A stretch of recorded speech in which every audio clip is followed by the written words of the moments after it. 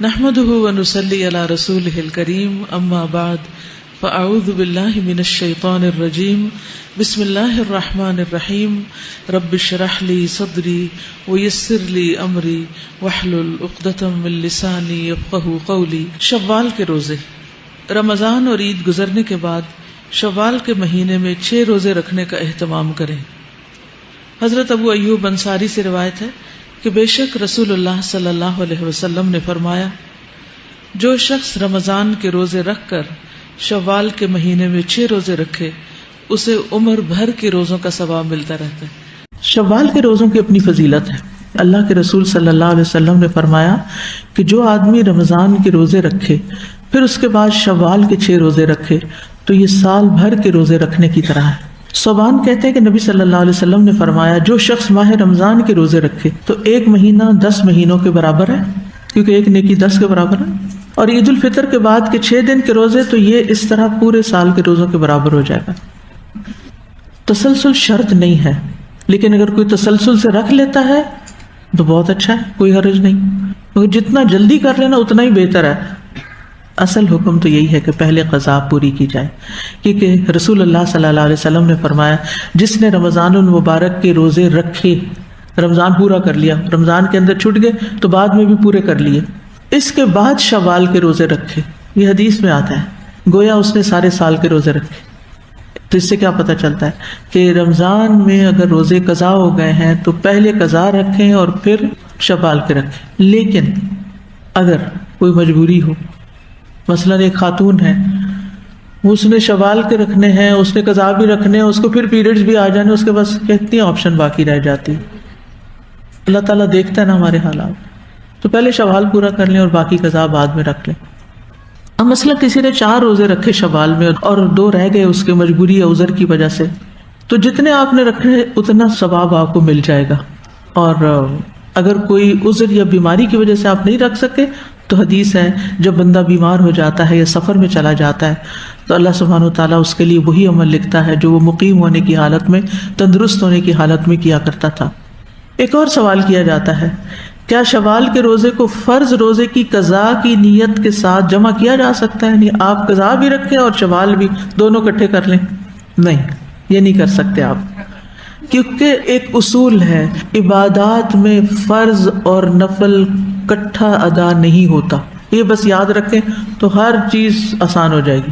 یعنی آپ رمضان کے روزوں میں نفلی نیت نہیں ساتھ کر سکتے، کوئی رمضان کے فرض ہی ہیں، شوال کے نفلی ہیں تو وہ نفلی ہیں، قضا نہیں ساتھ دے سکتے، ٹھیک ہے؟ نفل اور فرض یا جو ایسی عبادت ہے جس کی خاص الگ سے ثواب ہے، اس کو اکٹھا نہیں آپ کریں گے۔ گویا آپ نے سارا سال روزے رکھے، ایک نیکی 10 کے برابر ہوتی ہے، اور اس طرح اگر ہم دیکھیں 30 روزوں میں سے اگر ہر روزے کو 10 سے ملٹیپلائی کریں تو کتنے بن جائیں گے؟ 300، اور 6 روزے جو آخری ہیں 60 ہو جائیں گے۔ سال میں کتنے دن ہوتے ہیں؟ تو گویا آپ سارے سال روزے سے رہے۔ تو عموماً ہم رمضان کے سارے رکھ لیتے ہیں لیکن شوال میں پھر سستی ہو جاتی، تو آپ نے پہلے سے ہی نیت کر لینی ہے اور پلان بھی کر لینا کہ کب رکھنے، تاکہ اس ٹائم کو آپ پھر اور چیزوں سے فارغ رکھیں۔ ایک اور جگہ پر فرمایا، رمضان کے روزے 10 مہینے اور شوال کے 6 روزے 2 مہینوں کے برابر ہیں، اس طرح یہ 1 سال کے روزے ہوں گے۔ یہ روزے عید کے فوراً بعد یا وقفے کے ساتھ مسلسل یا الگ الگ دونوں طرح رکھے جا سکتے ہیں۔ قضا روزے رمضان میں کسی بھی عذر کی بنا پر چھوڑے گئے روزوں کی قضا جلد از جلد ادا کرے، یعنی سفر کی وجہ سے یا بیماری کی وجہ سے اگر کوئی روزہ رہ گیا تو فوراً بعد میں رکھ لیا جائے، کیونکہ رمضان کے دنوں کی گنتی پوری کرنا ضروری ہے۔ لیکن یہ روزے شوال کے نفلی روزوں کے علاوہ رکھے جائیں گے، یعنی یہ نہیں کہ آپ شوال کے اور قضا روزے اکٹھے کر دیں، 2 نیتیں ایک روزے میں جمع نہیں ہو سکتی۔ آپ یہ نہیں کہہ سکتے کہ اللہ وہ جو میرے پیریڈز کی وجہ سے روزے چھوٹے تھے وہ شوال میں بھی آپ کاؤنٹ کر لیں کیونکہ میں شوال میں قضا رکھ رہی، نہیں، وہ 6 دن الگ ہوں گے اور یہ 6 دن الگ ہوں گے۔ پہلے فرض پورا کرنا ہے پھر نفل رکھنا، اس طرح 12 دن بن جائیں گے، لیکن اس میں اپنے آپ کو مظلوم نہ سمجھے کیونکہ آپ نے 6 دن پہلے چھٹی کر لی ہے، تو حساب برابر ہی ہے۔ قرآن مجید میں آتا ہے من کان مریضا او علی سفر فعدۃ من ایام اخر یرید اللہ بکم الیسر ولا یرید بکم العسر ولتکملوا العدہ، اور جو کوئی مریض ہو یا سفر پر ہو تو وہ دوسرے دنوں میں روزوں کی تعداد پوری کرے، اللہ تمہارے ساتھ نرمی کرنا چاہتا ہے، سختی کرنا نہیں چاہتا، اس لیے یہ طریقہ تمہیں بتایا جا رہا ہے تاکہ تم روزوں کی تعداد پوری کرو، تو گنتی پوری کرنا ضروری ہے۔ اس کے علاوہ پھر ہر مہینے کے 3 روزے ہیں اور ہر ہفتے کے 2 روزے، جو بھی آپ چوز کریں، دونوں طرح رکھنا چاہیں تو بہت ہی اچھا ہے، لیکن اگر ان میں سے کوئی ایک سنت فالو کرتے رہیں سال بھر تو بہت ہی مناسب ہوگا اور انشاءاللہ مقربین والے اعمال میں سے۔ رسول اللہ صلی اللہ علیہ وسلم نے فرمایا، سوموار اور جمعرات کو لوگوں کے اعمال اللہ کے حضور پیش کیے جاتے ہیں، اور میں چاہتا ہوں کہ جب میرے اعمال اللہ کے ہاں پیش کیے جائیں تو میں اس وقت روزے سے ہوں۔ اور ہر مہینے میں 3 روزے رکھنا، اس کا کیا اجر و ثواب ہے؟ وہ دل کے کینے کو دور کر دیتا ہے۔ 3 کون سے دن؟ 13، 14، 15 میں کون سی اچھی عادات اس رمضان میں پیدا ہوئی ہیں اور کن چیزوں کو چھوڑنے میں آپ کامیاب ہوئے ہیں، اور کون سی چیزیں ایسی ہیں جن کو آپ ابھی تک بھی نہیں چھوڑ سکے اور ان کے لیے آپ کیا اسٹرگل کر رہے ہیں؟ کیونکہ کسی بھی کام کے کرنے کے بعد خود کو ایویلیویٹ کرنا بہت ضروری ہوتا ہے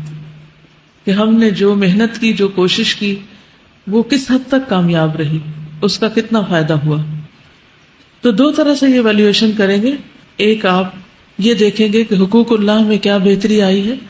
دوسرے حقوق العباد آپ کے کتنے اچھے ہوئے۔ نمبر 1، کوئی روزہ بغیر عذر یا بیماری کے تو نہیں چھوڑا، فرض نمازوں کو وقت کی پابندی کے ساتھ ادا کیا۔ یہ چند ایک کوسچنز ہیں، مزید آپ خود بھی بنا سکتے ہیں۔ قیام اللیل اور تراویح کا اہتمام کیا، تلاوت قرآن پاک اور اس کے معنی میں غور و فکر کیا، کیا ہر حال میں اللہ تعالیٰ کا ذکر کیا، یعنی کیا آپ کا ذکر رمضان سے پہلے کی نسبت زیادہ بہتر ہوا ہے، یا کم از کم اس کی ضرورت اور اہمیت کا احساس آپ کے دل میں اجاگر ہوا ہے، اور کیا آپ یہ سمجھتے ہیں کہ آئندہ زندگی میں آپ انشاءاللہ والذاکرین اللہ کثیرا والذاکرات میں شمار ہوں گے۔ عام اوقات کے علاوہ خصوصیت سے قبولیت کے اوقات میں کیا دعائیں مانگی گئیں،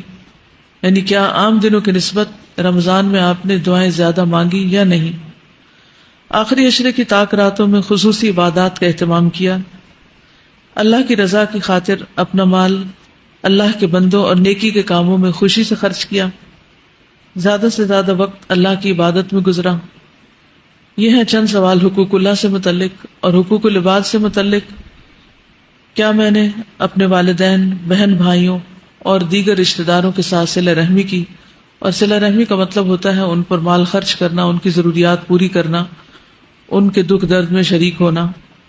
اپنے گھر والوں کے آرام کا خیال رکھا،